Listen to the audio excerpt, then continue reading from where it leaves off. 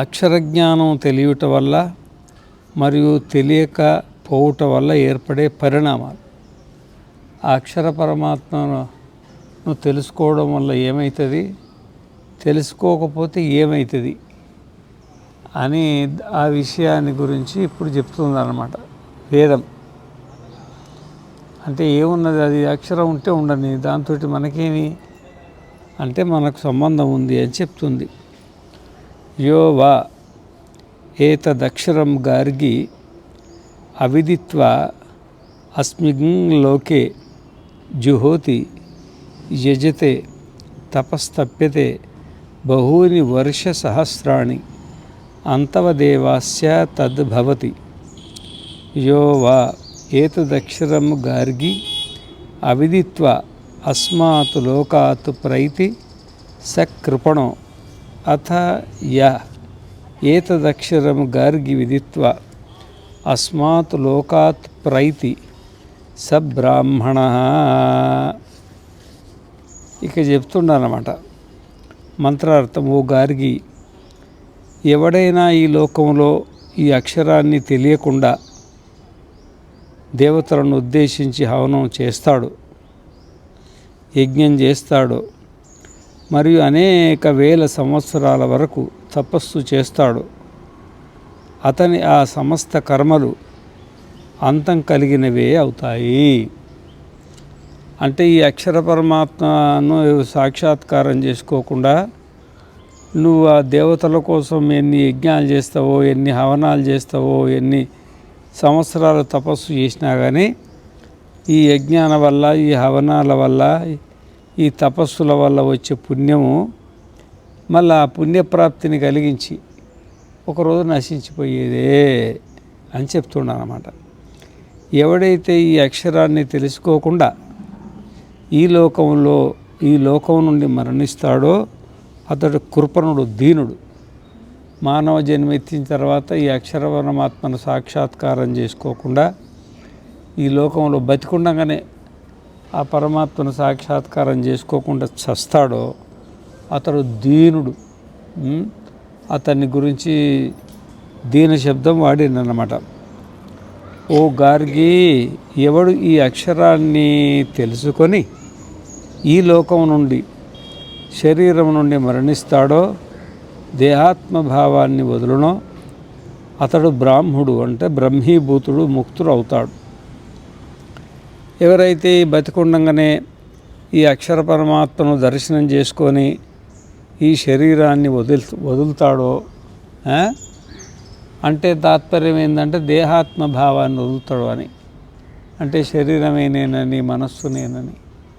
దేహం అంటే 3 దేహాలు కదా, స్థూల శరీరము, సూక్ష్మ శరీరము, కారణ శరీరము.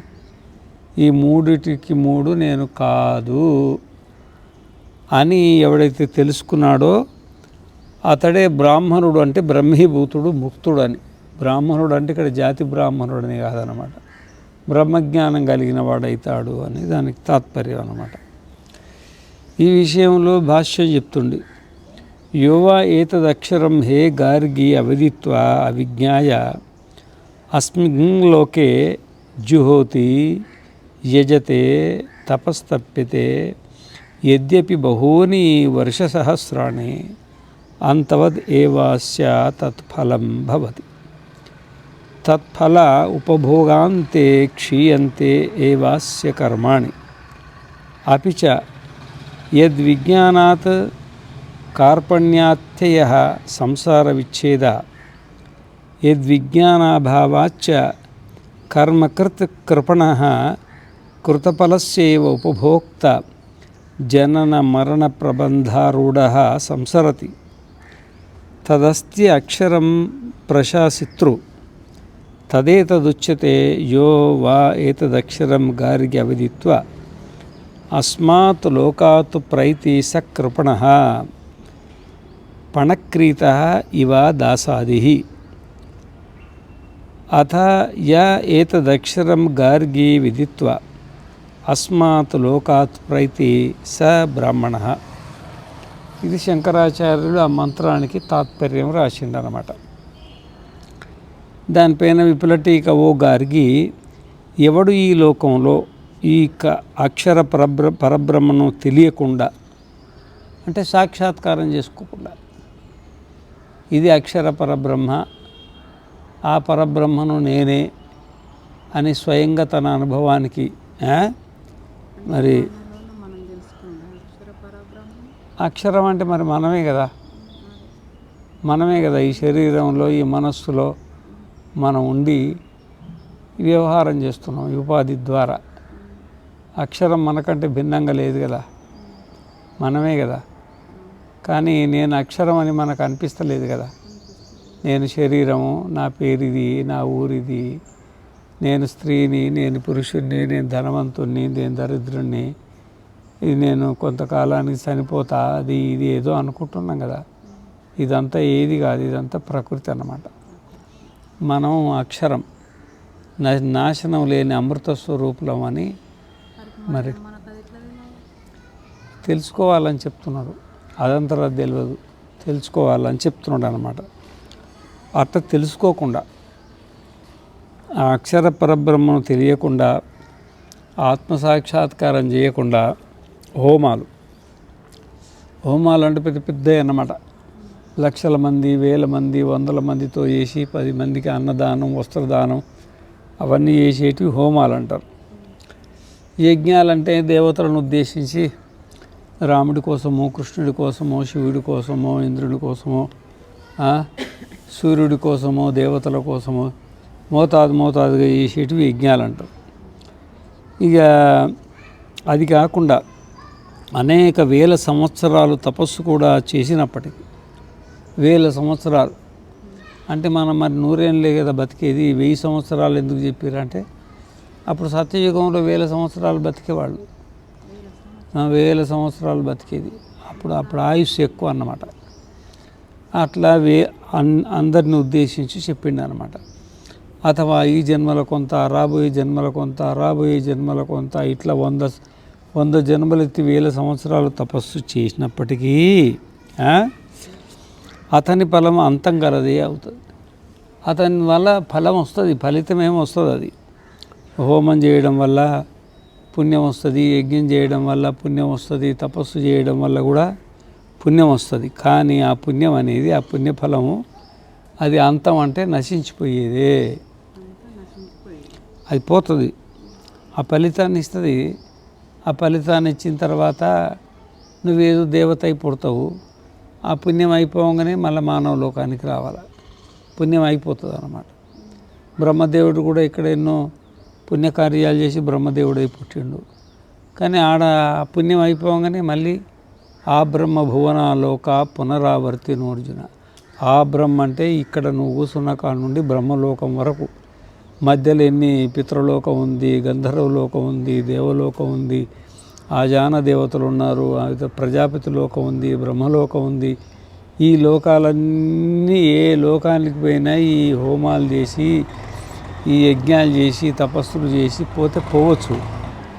కానీ అక్కడ శాశ్వతంగా ఉండడానికి లేదన్నమాట. అక్కడ ఇంద్రుడై పుట్టినా, వాయుదేవుడై పుట్టినా, అగ్నిదేవుడై పుట్టినా, లేకపోతే ఇంకా బృహస్పతి అయి పుట్టినా, ఇంకా దక్ష ప్రజాపతి లాంటి ప్రజాపతులై పుట్టినా, సాక్షాత్తు బ్రహ్మదేవుడై పుట్టినా వాళ్ళు పర్మనెంట్గా అటు ఉండడానికి లేదు. ఆ పుణ్యం అయిపోతుంది కదా కొలత ప్రకారం.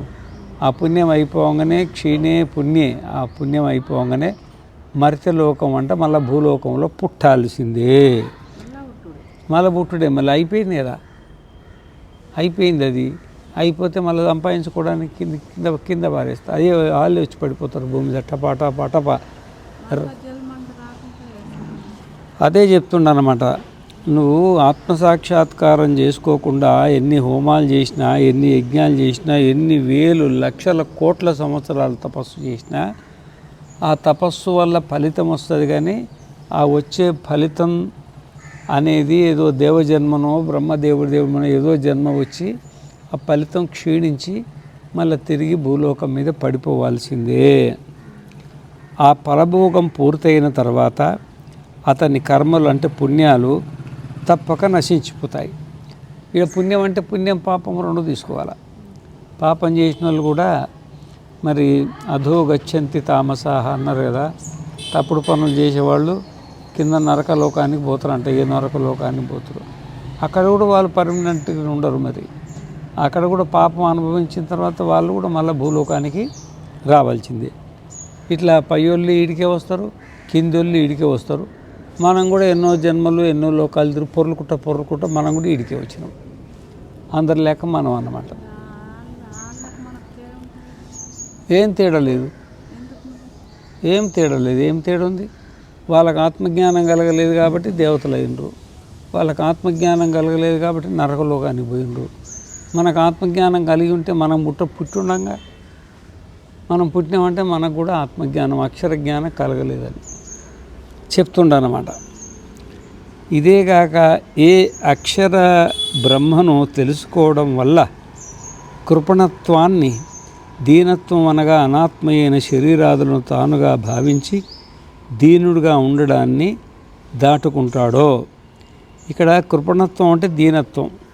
దీనత్వం అంటే శరీరమే నేను అనుకొని, మనస్సే నేను అనుకొని ఇంకా దీనంగా ఉంటాడు. నాకంటే వాడు పెద్ద ధనవంతుడు, నేను వాడికంటే తక్కువని, ఆయనకంటే నాకు పదవులు ఎక్కువ ఉన్నాయి, నేను తక్కువని, ఈయన నాకంటే ఈయన పెద్ద, ఆయన ఆస్తి కంటే నా ఆస్తి తక్కువ అనుకొని ఇంకెన్నో రకాలుగా పయ్యోళ్ళని చూసి నేను దీనునిగా హీనునిగా చూస్తారన్నమాట. ఏడికి పోయిన పైన ఇంకోటి ఉంటాడు కదా, ఆ పైన చూడగానే మనసులో బాధపడి దీనంగా హీనంగా ఉంటాడు అన్నమాట. కానీ ఒకసారి ఆత్మజ్ఞానం కలిగిన తర్వాత అవి పోతుంది, దీనత్వం హీనత్వం అంతా పోతుంది అన్నమాట. మరియు సంసారం నుండి ముక్తి లభిస్తుందో మళ్ళీ తిరిగి జన్మ అంటూ ఉండదు. జన్మ ఉంటే సంసారం ఉంటుంది, జన్మ ఉండదు. ఒకసారి అక్షర సాక్షాత్కారం, పరమాత్మ సాక్షాత్కారం, బ్రహ్మ సాక్షాత్కారం, ఆత్మ సాక్షాత్కారం, నేనెవరో నీకు తెలిసిందనుకో ఇక మళ్ళీ పుట్టేది ఉండదు. ఇక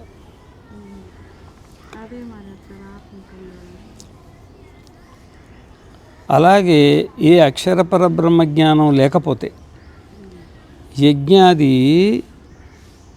కర్మకర్త అయిన కృపణుడు చేయబడిన కర్మల అనగా స్వర్గాది ఫలాన్ని మాత్రమే అనుభవిస్తూ మరియు జన్మ మరణాల పరంపరలపై ఆసీనుడై సంసార బంధనాన్ని పొందుతాడో ఆ అక్షరమే సర్వనియామకమైన ప్రశాసకుడు. మరి ఎవరైతే మరి ఆత్మజ్ఞానం లేకపోవడం వల్ల మరి ఇష్టం ఉన్నట్టు పుణ్యము పాపము తనకు తోచింది చేస్తారు కదా, తనకు దోషిందో వాళ్ళని వీళ్ళని చూసి ఏదో చేస్తారు కదా. పుణ్యం చేసేవాళ్ళు పాపం చేసేవాళ్ళు అంతే కదా, తనకు తోచినట్టు చేస్తారు. వీళ్ళని వాళ్ళని చూసి వాళ్ళలాగా నేను చేయాలనుకొని పుణ్యం అన్న చేసి పాపం అన్న చేస్తారు కదా. మరి అట్లాంటి వాళ్ళు పైన దేవలోకాలు కానీ కింద నరకలోకాల ఫలాలను మాత్రమే అనుభవిస్తారు అన్నమాట. అనుభవించి మరి జన్మ మరణాల పరంపరపై ఆసీనుడై ఉండి, అంటే ఈ చచ్చిపోయేది పుట్టేది చచ్చిపోయేది పుట్టేది దీంట్లోనే కూర్చుంటాడు. పుట్టి మళ్ళీ సంసార బంధనాన్ని పొందుతాడు. అంటే మళ్ళీ శరీరాన్ని ధరించి ఏదో లోకంలో పడిపోతాడు అన్నమాట. పోతాడో ఆ అక్షరమే నియామకమైన ప్రశాసకుడు. ఆ అక్షరం ఉంది కదా, ఆత్మసాక్షాత్కారం పొందిన ఆత్మ ఉంది కదా అక్షరము, అది సర్వనియామకమైన ప్రశాసకుడు. అంటే ఈ ఆత్మనే పుణ్యం చేసిన వాడిని పైకి పాపం చేసిన వాడిని కిందికి పంపిస్తూ కిందోళ్ళని పైకి పైనోళ్ళని కిందికి భూలోకంలో తన మరి జ్ఞానం ఎట్లుందో అట్లా కర్మలు చేయిస్తూ తిప్పుతూ ఉంటుందంట అక్షరమే, ఆయనే ప్రశాసకుడు. అందువల్లనే ఓ గారికి ఎవడైనా సరే ఈ అక్షరుని తెలియకుండానే ఈ లోకం అంటే ఈ శరీరం నుండి మరణిస్తాడో అతడు డబ్బులతో కొనబడిన దాసుడు మున్నగు వాని వల్లే కృపణుడు దీనుడవుతాడు. అందుకనే ఓ గారికి చెప్తున్నాను అన్నమాట. ఈ అక్షరాన్ని అంటే ఈ పరమాత్మను ఈ ఆత్మను తెలియకుండానే ఈ లోకం నుండి అంటే ఈ శరీరం నుండి మరణిస్తాడో అంటే శరీరాన్ని త్యాగం చేస్తాడో లేకపోతే శరీరం ఊడిపోతుందో అతడు డబ్బుతో కొనబడిన దాసుడు మున్నగు వాలి వల్లే కృపణుడు. డబ్బులు పెట్టి పాతకాలం కొంటున్నారు, ఇప్పుడు కొంటున్నారో లేరో తెలియదు. ఇప్పుడు కూడా జీతం ఉండే వాళ్ళంటే కొన్నట్టేగా. ఇంటికి జీతం పెట్టుకున్నాం అనుకోండి, శాలరీకి వాడు ఏది చెప్తే అది చేయాలిగా. ఏ పనికి ఒప్పుకున్నాడో ఆ పని చేయాల్సిందేగా. నేను చేయనంటే కుదురుతుందా? ఓ అమ్మాయి అదే బెదిరిస్తారే, జీతం కట్ చేస్తారు, తీసేస్తారు, అన్నీ అయితే అన్ని అధికారాలు ఉంటాయి అన్నమాట.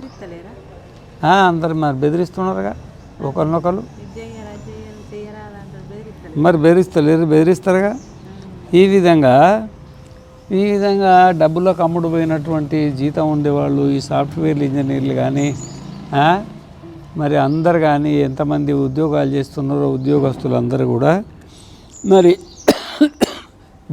హీనంగా నాకంటే పెద్ద ఆయన ఉన్నాడు, ఆయన చెప్పినట్టు మనం వినాలా, ఆ టైం ప్రకారం పోవాలా, సంతకం పెట్టాలా, వాళ్ళు చెప్పిన బడ్జెట్ మనం పూర్తి చేయాలా, మళ్ళా టైం ప్రకారంగా రావాలా అని ఏ విధంగానైతే పరాధీనమై ఉంటారో ఆ విధంగానో ఇతడు కూడా దీనుడు, శరీరానికి పరాధీనుడై, ప్రారబ్ధానికి పరాధీనుడై, సంకుచితమైన శరీరంలో సంకుచితమైన కోరికలతో, సంకుచితమైనటువంటి ఆస్తిపాస్తులలో వీరికి ఇబ్బంది పడుతుంటాడు అని చెప్తుండనమాట.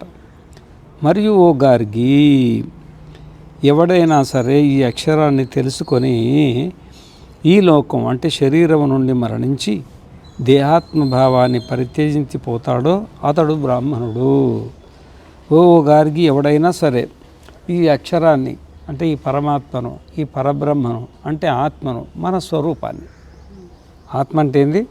మన స్వరూపాన్ని తెలుసుకొని ఈ లోకం అంటే ఈ శరీరం నుండి, ఈ శరీరం లోకం అంటే శరీరం అన్నమాట, ఈ శరీరం నుండి మరణించి అంటే ఈ శరీరాన్ని వదిలిపెట్టాను పోతా, ఏదో ఒక రోజు శరీరం ఊడిపోతుంది కదా, ఆ చెట్టు పైన పండు రాలిపోతుంది కదా ఎక్కడో రోజు, మన ప్రారంధం పండంగానే ఇది కూడా రాలిపోతుంది. అప్పుడు రాలిపోయినప్పుడు ఆత్మసాక్షాత్కారం పొందినవాడు ఇక్కడేందంటే చచ్చిపోయినప్పుడు అని కాదు కూడా కాదు, కానీ అది కూడా కరెక్టే, కానీ నేను శరీరము అనేది ఆత్మసాక్షాత్కారం పొందినవాడికి పోతుంది. నేను శరీరము అనేది పోతుంది, నేను మనస్సు అనేది పోతుంది, నేను అజ్ఞాని అనేది పోతుంది, నేను కేవలం ఆత్మనే, నేనే 14 లోకాలలో వ్యాపించి ఉన్న పరమాత్మ, పరబ్రహ్మ, అక్షర స్వరూపుణ్ణి అని ఈ విధంగా భావించి దేహాత్మభావాన్ని పరిత్యజించి శరీరాన్ని త్యాగం చేస్తాడో అతడే బ్రాహ్మణుడు, అంటే బ్రహ్మజ్ఞాని అని. బ్రాహ్మణుడు అంటే జాతి బ్రాహ్మణుడు కాదు, బ్రహ్మజ్ఞాని అని, ఆత్మనాత్మ విచారణ జ్ఞానం కలిగిన బ్రహ్మజ్ఞాని అని తాత్పర్యం అన్నమాట. ఈ విధంగా ఈ అక్షర స్వరూపాన్ని ముందు చెప్పి అక్షరాన్ని మనం అక్షర జ్ఞానాన్ని మనం పొందాలా, అట్లా పొందకపోతే ఏమవుతుంది, పొందితే ఏమవుతుంది అని చెప్పిండు అన్నమాట. ఇక ఇప్పుడు 11వ మంత్రం, అక్షరం యొక్క స్వరూపము, లక్షణము మరియు అద్వితీయత్వం. ఈ అక్షరం అది ఎట్లుంటుంది, దాన్ని ఏమి లక్షణము, మరి దాని అద్వితీయత్వం ఏందో చెప్తున్నాడు అన్నమాట. అద్వితీయత్వం అంటే ఉండేది ఒకటే ఈ ప్రపంచంలో, ఒకే అక్షరం, 2 లేవు. ఓయమ్మ వేదాంతులు సాంఖ్యులేమో చాలామంది ఆత్మలు ఉన్నాయి అంటారు, శరీరానికి ఆత్మ ఉన్నది అంటారు. నైయాయికులు కూడా వాళ్ళు చెప్తారన్నమాట ఆత్మలు అనేకంగా ఉన్నాయని. ఇక కొన్ని మతాలలో ఆత్మలు అనేకంగా ఉన్నాయని చెప్తారు, యోగులు కూడా చెప్తారు ఆత్మలు అనేకంగా ఉన్నాయని. జనన కరణ మరణానాం ప్రతినియమాదయుగపత్ ప్రవృత్తేశ్చ పురుష బహుత్వం సిద్ధం అని ఓ తర్కాన్ని తీసుకొని అనేక ఆత్మలు అనేకంగా ఉన్నాయని చెప్తారు, కానీ అది కాదని చెప్తుండ అన్నమాట, ఒకటే ఆత్మ. అయితే అక్షర స్వరూపాన్ని, లక్షణాన్ని, అద్వితీయత్వాన్ని చెప్తున్నాడు. ఇప్పుడు 11వ మంత్రం, తద్వా ఏతదక్షరం గార్గి అదృష్టం ద్రష్టృ, అశ్రుతగం శ్రోతృ, అమతం మంత్రు, అవిజ్ఞాతం విజ్ఞాతృ, నాణ్యదతోస్తి ద్రష్టృ, నాణ్యదతోస్తి శ్రోతృ, నాణ్యదతోస్తి మంత్రు, నాణ్యదతోస్తి విజ్ఞాతృ. ఏతస్మిన్ ఖల్వ అక్షరే గార్గి ఆకాశః ఓతశ్చ ప్రోతశ్చేతి. మంత్రార్థం చెప్తుండో గార్గి, ఈ అక్షరం స్వయంగా దేని దృష్టికి విషయం కాదు. ఇక్కడ దేని దృష్టి కంటే కంటికి విషయం కాదు, మనస్సు విషయం కాదు, బుద్ధికి విషయం కాదు. అంటే కన్ను చూడలేదు, మనస్సు చూడలేదు, బుద్ధి కూడా చూడలేదు. కన్ను అంటే మనం ఉన్నటువంటి పంచ జ్ఞానేంద్రియాలలో ఏ జ్ఞానేంద్రియం కూడా ఈ ఆత్మను సాక్షాత్కారం చేసుకోలేదు, మనసు ఊహించుకోలేదు, బుద్ధి కూడా దీన్ని గ్రహించలేదు అని చెప్తుండు. కానీ అన్నింటికీ ద్రష్ట అంటే బయటి ప్రపంచాన్ని చూసేది ఆత్మే, కన్నును చూసేది ఆత్మే, మనస్సును చూసేది ఆత్మే, బుద్ధిని చూసేది ఆత్మే, ప్రపంచాన్ని ప్రకృతిని మొత్తం ఈ ఆత్మనే, ఈ అక్షరమే చూస్తుంది తప్ప అక్షరాన్ని చూసేది దీంట్లో ఏది కూడా లేదు. ఇది శ్రవణానికి వినడానికి విషయం కాదు. ఇది గురువు దగ్గర కూర్చొని శ్రవణం చేస్తే ఆ శ్రవణం లెక్క ఉండదన్నమాట. ఇది శ్రవణంతో నీకు దారి దొరుకుతుంది, కానీ చూసేదేమో నీకు నువ్వే చూసుకోవాలి. ఎట్లా చూసుకోవాలని చెప్తుంది వేదం, ఎట్లా చూసుకోవాలా అని శాస్త్రం చెప్తుంది, ఎట్లా చూసుకోవాలని గురువు చెప్తాడు. కానీ మనమే చూసుకోవాలా. ఇది శాస్త్రం ద్వారా కానీ, వేదం ద్వారా కానీ, గురువు ద్వారా కానీ నీకు సాక్షాత్కారం చేయడానికి వీలు పడదు అని. శబ్దం అంటే అదే కదా, ఇక వేదం శబ్ద స్వరూపమే కదా, శాస్త్రం శబ్ద స్వరూపమే కదా, గురువు కూడా శబ్దంతో చెప్తారు కదా. ఈ శబ్దాలకి ఇది అందదు అని చెప్తున్నారు స్పష్టంగా. అంటే ఈ శబ్దము నీకు పరమాత్మను సాక్షాత్కారం చేయించలేదు, కానీ ఆ శబ్దం ద్వారా నువ్వు అవగాహన చేసుకొని అవగాహనతోటి సాక్షాత్కారం చేసుకోవచ్చు. అదే తెలియకపోతే తెలియ చెప్తారు కదా, తెలియదు కాబట్టి ఇప్పుడు నీకు తెలియదు చెప్తుందా చెప్తలేదా, అది కూడా అట్లనే ఇనంగినంగా వస్తుంది అన్నమాట. కానీ అన్నింటినీ వింటుంది. మరి ఈ చెవ్వేమో చెవుకేమో చెవు మనల్ని చూడలేదు, అంటే అక్షరాన్ని వినలేదు, కానీ ఆ అక్షరమే చెవు ద్వారా అన్నీ ఉంటుంది. ఇప్పుడు నేను చెప్పేది నీకు వినబడుతుందా? ఎవరు వింటున్నారు? చెవు కాదు వినేది, చెవు ద్వారా అక్షర పరమాత్మ వింటుంది అన్నమాట. మనం లేకపోతే చెవు ఏం చేస్తుంది? అది అర్థమైందా? నిద్రపోయినోడికి చెవు ఉంటుంది, అది వింటుంది, అయింది అది అదే అన్నమాట. చెవుకు అది ఒకటి సాధన అంతే అది. కానీ అన్నింటినీ వింటుంది. మరణానికి మనస్సుకు విషయం కాదు. మనం కళ్ళు మూసుకొని మరి రేపు నోమయ్యా వాళ్ళు రమ్మండిరి, ఓ రోజు ముందు పోతే బాగుండు, ఆగి నుండి మోక్షం కలుగుతుంది, కొంచెం ప్రశాంతంగా వాళ్ళతోటి వీళ్ళతోటి జోలు పెట్టుకొని కాలం గడపవచ్చు, అది మరణం చేస్తుంటుంది. కానీ ఈ పరమాత్మ మరణానికి అందదు, అన్నమాట. అంటే కంటితో చూసింది మనస్సు మరణం చేస్తుంది, చెవుతో విన్నదాన్ని మరణం చేస్తుంది, ముక్కుతో వాసన చూసిన దాన్ని మరణం చేస్తుంది, నాలుగుతో రుచి చూసిన దాన్ని ఈరోజు ఇడ్లీ ఎట్లుండింది, నిన్న దోశ ఎట్లుండింది, మన పొంగల్ ఎట్లుండింది అని మరణం చేస్తుంది. కానీ మనస్సుకు మాత్రం అది అందదు. మనస్సు బయటి విషయాలను మరణం చేస్తుంది, కానీ అక్షర పరమాత్మను మనస్సుకు అందదు అని చెప్తుందన్నమాట. కానీ అన్నింటిని మరణం చేస్తుంది. కానీ అన్నింటిని మరణం చేసేది మళ్ళీ అదే. మనస్సుతో మరణం చేసేది అదే. ఇప్పుడు మనస్సుతోటి పొద్దున్నే లేచి ఇట్లుంటే బాగుండు, అట్లుంటే బాగుండు, అట్లయితే బాగుండు, ఇట్లయితే బాగుండు, ఇట్లా చేస్తే బాగుండు అనుకుంటాం కదా. అది చేసేదేమో మనమే, కానీ మనల్ని మనస్సు చూడలేదు, అక్షరాన్ని మనస్సును చూడలేదు అన్నమాట. మనం అక్షరులం కదా. దీనికంటే వేరుగా ఏ ద్రష్ట కూడా లేడు. ఇంకొకటి మరి కానీ అన్నింటిని మరణం చేస్తుంది. స్వయంగా అవిజ్ఞాతగా బుద్ధికి అందక ఉండి, మరి బుద్ధికి కూడా అందదు. ఎంత బుద్ధిమంతులు ఉన్నారంటే, పెద్ద శంకరాచార్యుడు కూడా బుద్ధిమంతుడే అంటారు. అంటే పెద్ద బుద్ధిమంతుడు కదా, బుద్ధిశక్తి కదా. గౌతమ బుద్ధుడు కూడా బుద్ధుడే. ఇక ఎంతోమంది మహర్షులు ఉన్నారు కదా, వాళ్ళ బుద్ధితోటి మరి శాస్త్రాలను రచించిండ్రు, ఏమేమో రచించిండ్రు కదా. కానీ ఆ బుద్ధి ప్రపంచాన్ని నిర్ణయిస్తుంది కానీ పరమాత్మను పట్టుకోలేదు అని చెప్తుండు బుద్ధి. కానీ స్వయంగా విజ్ఞాతగా బుద్ధికి అందక ఉండి వేరే వాటికి విజ్ఞాత అవుతుంది. బుద్ధికి అందదు కానీ బుద్ధి ద్వారా చూసేది మాత్రం, బుద్ధి ద్వారా నిర్ణయించేది మాత్రం మనమే అన్నమాట. బుద్ధికి ద్రష్ట, బుద్ధికి ద్రష్ట మనమే. ఇది బుద్ధి అని అంటాం కదా, బుద్ధికి ద్రష్ట మనమే అవుతుంది. మనస్సు మననం చేస్తుంటే దాన్ని చూస్తాం, బుద్ధి నిర్ణయం చేస్తే దాన్ని చూస్తాం, కన్ను ఇంద్రియాలు విషయాలను చూస్తే వాటిని చూస్తాం. కానీ వీటిలో ఏది కూడా మనల్ని చూడలేదు. అక్షర పరంపరమ్మను ఇది దర్శించుకునే శక్తి ఇంద్రియాలకు కానీ మనస్సుకు కానీ బుద్ధికి కానీ లేదు అని చెప్తుందన్నమాట. దీనికంటే వేరుగా ఏ ద్రష్ట కూడా లేదు. ఇక మనం కన్నుతో చూసేది ఇంకెవరన్నా ఉన్నారా అంటే మనస్సుతో చూస్తామంటే అంత కాదంట. కన్నుతో చూసేది మనమే, చెవితో వినేది మనమే. దీనికంటే వేరే ద్రష్ట ఎవ్వరు లేరు. దీనికి అంటే వేరుగా ఏ శ్రోతలు కూడా లేడు. దీనికంటే భిన్నంగా ఏ మంత కూడా అంటే మరణం చేసేది లేదు. దీనికంటే భిన్నంగా ఏ విజ్ఞాత కూడా లేడు.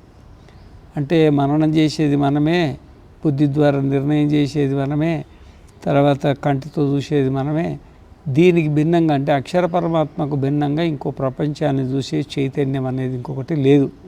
ఉండేది ఒకటే చైతన్యం. ఆ చైతన్యమే అక్షరము, ఆ చైతన్యమే పరబ్రహ్మ, ఆ చైతన్యమే పరమాత్మ, ఆ చైతన్యమే ఆత్మ. ఆత్మనే మనం, ఆత్మనే మనం.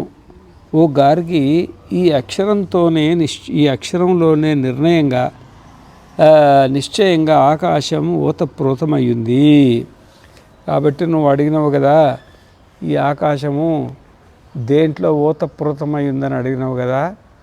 ఈ ఆకాశం అంతా కూడా ఈ అక్షరంలోనే అంటే ఆత్మలోనే అంటే పరమాత్మలోనే అంటే పరబ్రహ్మలోనే అంటే మన ఆత్మలోనే మొత్తం ఈ ఆకాశం అంతా ఇమిడి ఉంది, ఓతప్రోతమై ఉన్నది అని చెప్పిండు అన్నమాట.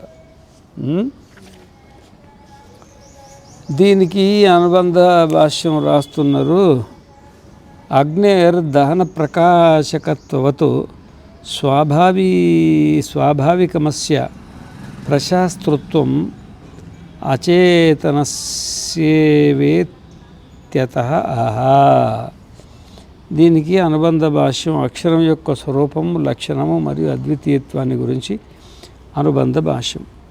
అగ్నికి సహజంగా దహనము మరియు ప్రకాశింపజేసే స్వభావం ఉన్నట్లు ఈ చేతనమే తన సహజ స్వభావంతో సృష్టిని శాసిస్తుంది అను ప్రధాన ప్రతిపక్షి అనే దానికి యాజ్ఞవల్క్యుడు ఇదే అన్నాడు. అంటే ఇప్పుడు అగ్నికి రెండు గుణాలు ఉంటాయి. ఒకటేమో కాల్చేది, ఒకటేమో వెలుతురు. మంట పెడతామనుకో, మంటలో రెండు ఉంటాయి కదా, ఒకటి చేయి పెట్టి కాలుతుంది, ఒకటేమో వెలుతురు వస్తుందిగా, రెండు ఉన్నాయి కదా దానికి. మరి ఆ విధంగానే మరి ఈ అచేతనమే అంటే ఈ శరీరము, ఇంద్రియాలు, మనస్సు వాస్తవికంగా జడమైనప్పటికైనా కానీ దానికి కూడా మరి ఈ ప్రపంచాన్ని చూసే శక్తి ఉన్నది అంటారు అన్నమాట.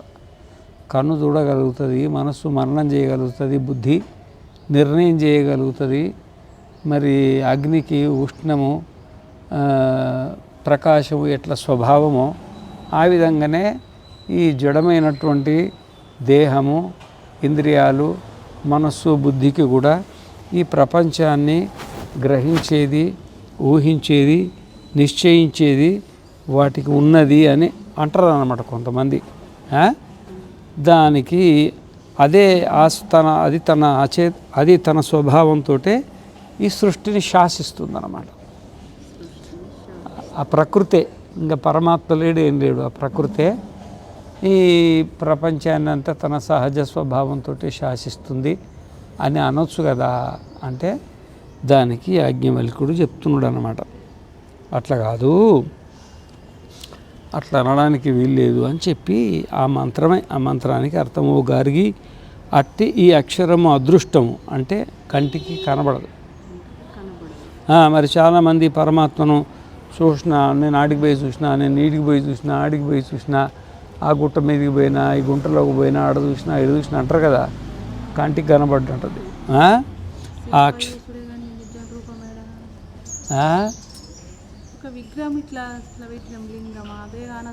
నీకు ఏది కనబడ్డా అది కనబడేది పరమాత్మ కాదు. నువ్వు నువ్వు నువ్వు కంటితో చూసేది ఏది పరమాత్మ కాదు. నువ్వు ఏం చూసినావు అనేది వేరే మాట. కంటితో నువ్వు ఏమేమి చూసినావో దాంట్లో ఏది కూడా పరమాత్మ కాదు అని స్పష్టంగా చెప్తుండనమాట. దృష్టికి కంటికి విషయం రూపంతో కూడిన వస్తువు కానందువల్ల అది ఎవని వల్ల కూడా కంటి ద్వారా చూడబడలేదు. ఎందుకంటే కన్ను చూడాలంటే మరి ఏదైనా రూపం ఉన్న వస్తువునే చూస్తుంది. రూపం అంటే కలరు, రూపం అంటే కలరు. రక్త, నీల, పీత, హరిత, కపిశ, శ్వేత, చిత్ర, వర్ణాత్ 7 రంగులు అంటారు. ఈ 7 రంగులు ఒక దాంట్లో కలిసి కోట్లది అనంత కోట్ల రూపాయలు అవుతాయి అన్నమాట. ఈ రూపం ఉన్న వస్తువును కన్ను చూస్తుంది. ఏదో కలర్ ఉండాలి, కలర్ ఉన్న వస్తువును కన్ను పట్టుకుంటుంది. ఏదో రంగు ఉండాలి వస్తువుకు, ఆ రంగు ఉంటేనే పట్టుకుంటుంది. ఇప్పుడు 7 ఉన్నాయి, ఆ స్తంభాన్ని పట్టుకుంటున్నాను ఎందుకంటే దాని తెలుపు రంగు ఉంది. వినాయక స్వామిని పట్టుకున్నాం ఎందుకంటే నల్లగా ఉన్నాడు. ఈ చాప ఉన్నది ఎందుకంటే ఆకుపచ్చ ఉంది. ఏదో రంగు ఉంటేనే, ఇంకా కారు ఉంది తెల్లగా ఉంది కాబట్టి దాన్ని పట్టుకున్నాం. ఏదో రంగు ఉంటేనే కన్ను రూపాన్ని పట్టుకుంటుంది, రూపం ఉంటేనే కన్ను పట్టుకుంటుంది. మరి అక్షర పరమాత్మ లోపల రూపం లేదు, ఏ కలర్ లేదు, రక్తం లేదు, నీలం లేదు, హరితం లేదు, కపితం లేదు, శ్వేతం లేదు, ఏ రంగు లేదు. లేని దాన్ని కన్నెట్లా చూస్తుంది? చూడలేదు కదా అని అంటున్నాడు. చూడదు, దేని కంటి ద్వారా చూడబడలేదు. కానీ స్వయంగా దృష్టి స్వరూపమైనందువల్ల ద్రష్ట అవుతుంది. అది ఎందుకంటే అది తన దృష్టి స్వరూపం కాబట్టి అన్నిటినీ ద్రష్ట అంటే అన్నిటినీ చూస్తుంది, అన్నిటినీ ఇట్లా గుర్తుపడుతుంది అన్నమాట. ఇట్లంతా చూస్తాం కదా, చూసేదంతా ఆత్మనే, అదే అన్నిటిని చూస్తుంది. కన్ను జడము, కన్ను జడం తిన్న అన్నంతో తయారైంది, దానికి ప్రాణం ఎక్కడిది? మనస్సు అది కూడా ప్రకృతితో తయారైంది, బుద్ధి ప్రకృతితో తయారైంది. ప్రకృతికి చూసే శక్తి లేదు కదా, దాని ద్వారా చూసేది చైతన్యం మనమే అన్నమాట. దాని ద్వారా అవి ద్వారాలు. కానీ స్వయంగా దృష్టి స్వరూపమైనందువల్ల ద్రష్ట అవుతుంది. ఇదే విధంగా ఇది మరి శ్రోత్రానికి, శ్రవణేంద్రియానికి అవిషయమైనందువల్ల, శబ్దం కానందువల్ల వినబడలేదు. ఇప్పుడు చెవితో వినాలంటే శబ్దం అయితే చెవి వింటుంది. మరి పరమాత్మ శబ్దం కాదు కదా, అది శబ్దం ఆకాశంలో గుణం, శబ్దము ఆకాశంలో గుణం, ఆకాశంలో పుట్టిందనమాట. ఈ భూమిలో చెట్టు పుట్టినట్టుగా మనం ఇప్పుడు మాట్లాడుతున్నా కదా, ఆకాశంలో ఆకాశం పుట్టిస్తుంది, అది ఆకాశంలో పుడుతుంది. అసలు ఆకాశమే ఆత్మ కాదు, దాంట్లో పుట్టినటువంటి శబ్దం ఆత్మ ఎట్లయితుంది? ఆకాశం జడము, దాంట్లో పుట్టినటువంటి శబ్దం చైతన్యం అవుతుందా? కాదు. కాబట్టి నువ్వు ఏది వింటున్నావో అది ఏది పరమాత్మ కాదు. కానీ స్వయంగా శృతి స్వరూపమైనందువల్ల శ్రోత అవుతుంది.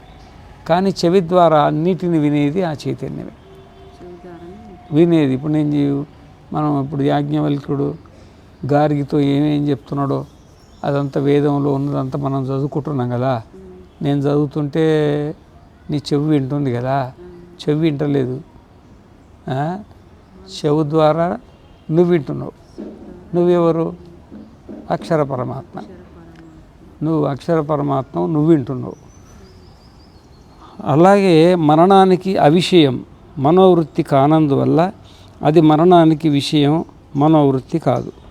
మరి మరణం చేయాలంటే కూడా మరి ఒకటి ఉండాలి, ఏదో ఒకటి మననం చేయడానికి.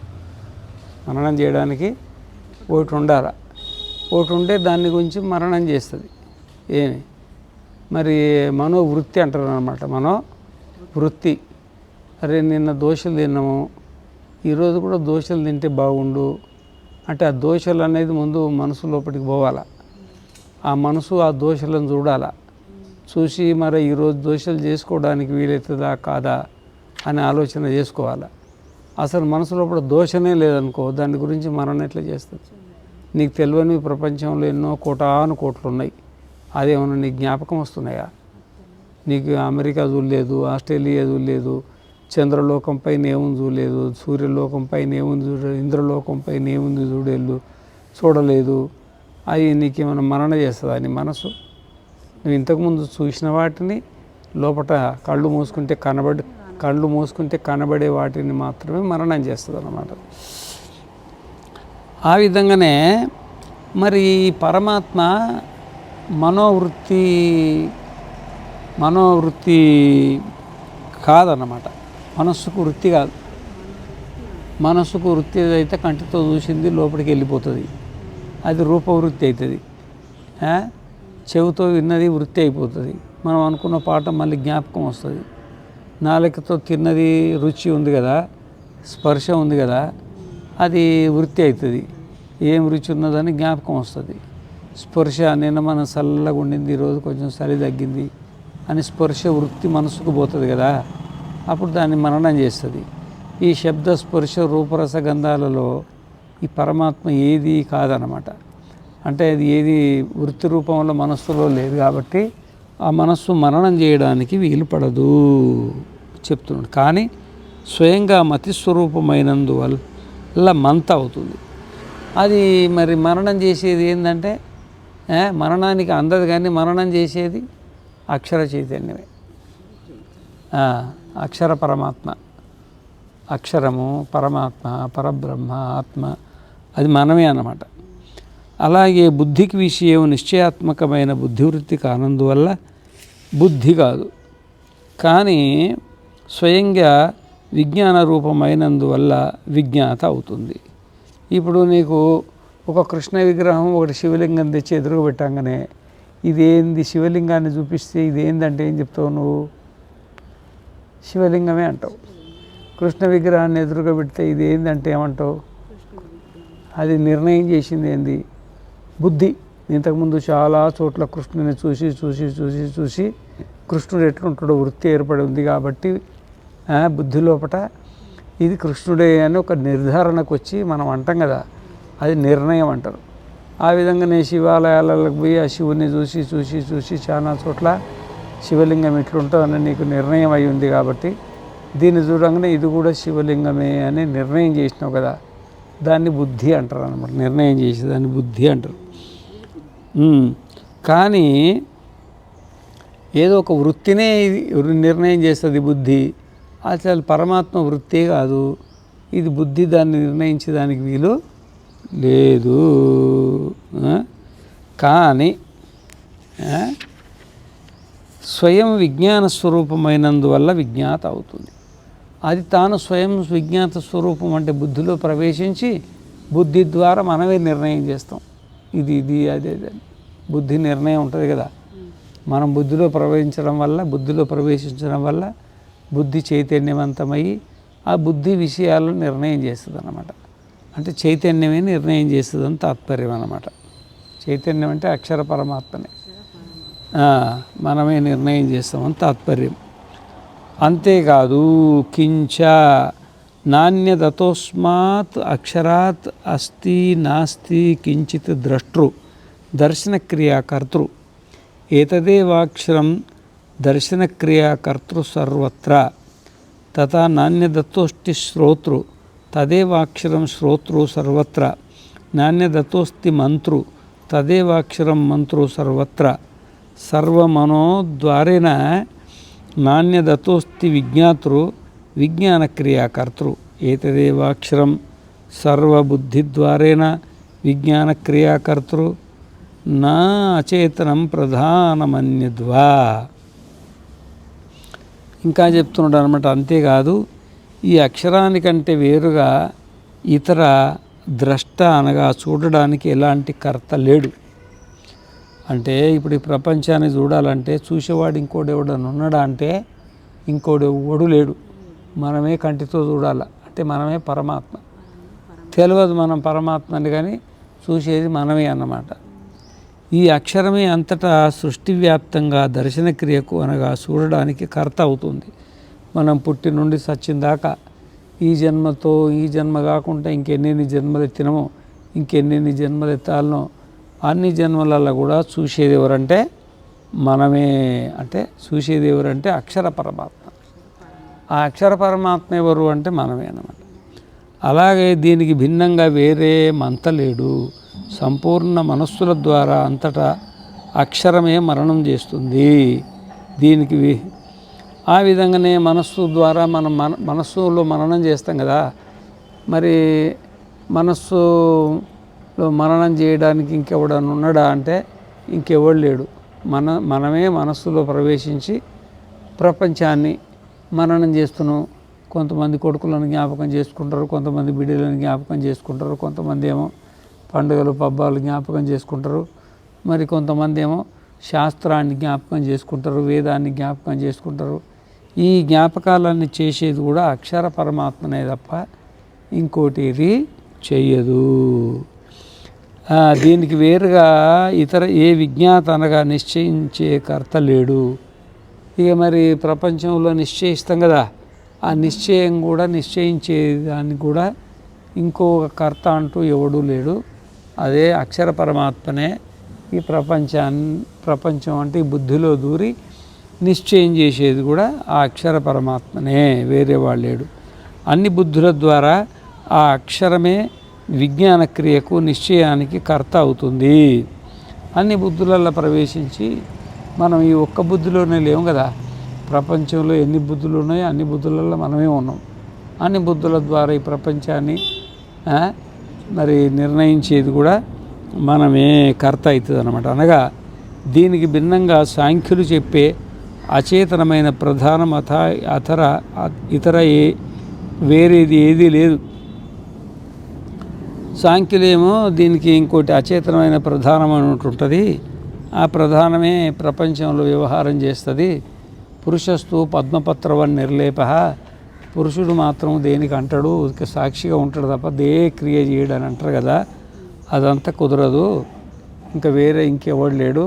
ఆ సాంఖ్యులు చెప్పేది వాళ్ళు చెప్పుకొని ఏం చెప్పుకుంటారో కానీ అది మాత్రం కరెక్ట్ కాదు.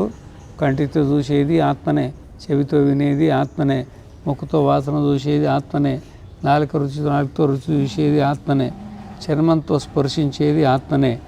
ఇవన్నీ చూసిన తర్వాత మననం చేసేది ఆత్మనే. మననం చేసిన తర్వాత నిశ్చయం చేసింది కూడా ఒకటే ఆత్మనే. ఈ ఆత్మ ఒక శరీరంలో కాదు, సృష్టిలో ఎన్ని శరీరాలు ఉన్నాయో అన్ని శరీరాలలో ఉండి ఏకకాలంలో ఈ సృష్టిలో శబ్దస్పర్శ రూపరసగాలను చూస్తున్నది. ఇంకా వేరే చేతనం అంటూ ఇంకొకటి లేదు అని చెప్తున్నాడు అన్నమాట. ఓ గార్గి, నిశ్చయంగా ఈ అక్షరంలోనే ఆకాశం ఓతప్రోతమై ఉంది. అంటే ఓ గార్గి నిశ్చయంగా అంటే దీంట్లో ఏమి సందేహం పడాల్సిన అవసరం లేదు. ఈ అక్షర పరమాత్మలోనే ఆకాశం అనేది ఓ మూలకు ఓతప్రోతమై ఉంది. మూల అనడానికి లేదు, ఓతప్రోతమై ఉందంట, దాంట్లో ఉందన్నమాట. అంటే మనలోనే ఆకాశం ఉంది అని. ఆకాశం ఉంది, అంత ఆకాశం అంతా మనలోనే ఉందన్నమాట. నిశ్చయంగా ఏది సాక్షాత్ అపరోక్ష బ్రహ్మము. మరి ఇది ఏంటంటే ఇది సాక్షాత్ అపరోక్ష బ్రహ్మం. అపరోక్ష బ్రహ్మం అంటే మనమే అన్నమాట. మనకు భిన్నమైందంతా పరోక్షం, మనం అపరోక్ష బ్రహ్మయో. ఏది ఆకలి మున్నగు సాంసారిక ధర్మాల కంటే అతీతమై, మరి ఈ ఆకలి లేదు, దప్పిక లేదు, సుఖం లేదు, దుఃఖం లేదు, వీటికన్నిటికీ అతీతమైంది. ఆకలి దప్పులు జన్మ మరణాలు శరీర ధర్మాలు, ఆకలి దప్పులు ప్రాణధర్మాలు, సుఖ దుఃఖాలు మనోధర్మాలు. మనం నిర్ధర్మీ అని చెప్పి ఏ ధర్మం లేదు మనలో. సర్వాంతరాత్మను అతీతమైన అన్ని సాంసారిక ధర్మాల కంటే అతీతమైన సర్వాంతరాత్మను, మరియు దేంట్లో ఆకాశం ప్రోతమై ఉందో అదే ఈ అక్షరమే పరాకాష్ఠ. ఇంకా దీని తర్వాత ఇంకొకటి లేదు, దీని తర్వాత ఇంకొకటి లేదు. భూమికి పరాకాష్ఠ అయిందంటే మరి భూమి దేంట్లో ఉందంటే నీళ్ళల్లో ఉన్నది. భూమి పరాకాష్ఠ కాదు, భూమి పైన ఉంటుంది. నీళ్ళేమో అగ్నిలో ఉన్నాయి, అగ్ని ఏమో గాలిలో ఉంది, గాలి ఏమో ఆకాశంలో ఉంది, ఆకాశంలోనే ఆత్మ ఉంది. ఆత్మ ఏడుందంటే ఆత్మ కంటే ఇంకేం లేదు, దాని పైన ఏం లేదు. అదే లాస్ట్ అన్నమాట. ఆ? అంతే, అన్ని దాంట్లోనే ఉంటాయి. కానీ ఆత్మ ఇంకో దాంట్లో ఉన్నది అనుకో, మరి అది దేంట్లో ఉంది, మరి అది దేంట్లో ఉంది అనుకుంటూ పోతే ఏమైనా ఉంటుందా? ఉండదు కదా. ఆత్మనే లాస్ట్ అనమాట. అదే పరాకాష్ట, అదే పరాగతి. ఇక మనం పొందేది కూడా అదే, అదే పరబ్రహ్మ. ఏమి దాన్నే పరబ్రహ్మ అంటారు. మరి ఇదే పృథ్వీని మొదలుకొని ఆకాశ పర్యంతం సమస్త సత్యానికి సత్యం. ఈ భూమిని మొదలుకొని నీకేదైతే సత్యం అంటే అనుభవానికి వస్తుందో, భూమి, నీళ్లు, అగ్ని, గాలి, వాయువు, ఆకాశం, సూర్యుడు, చంద్రుడు, నక్షత్రాలు, అతల వితలాది లోకాలు, పైన స్వర్గాది లోకాలు ఎన్ని ఉన్నాయో వీటిని సత్యాలు అంటారు. ఈ సత్యానికి సత్యం అంటే ఆధారం ఏంటంటే మనమే అంటే పర అక్షర పరమాత్మ అని చెప్తుండనమాట. అర్థమైందా? అది కథ. ఇక రేపు 12వ మంత్రం చెప్పుకుందాం. పూర్ణమద పూర్ణమిదం పూర్ణాత్ పూర్ణముదచ్యతే పూర్ణస్య పూర్ణమాదాయ పూర్ణమేవావశిష్యతే. ఓం శాంతి శాంతి శాంతి.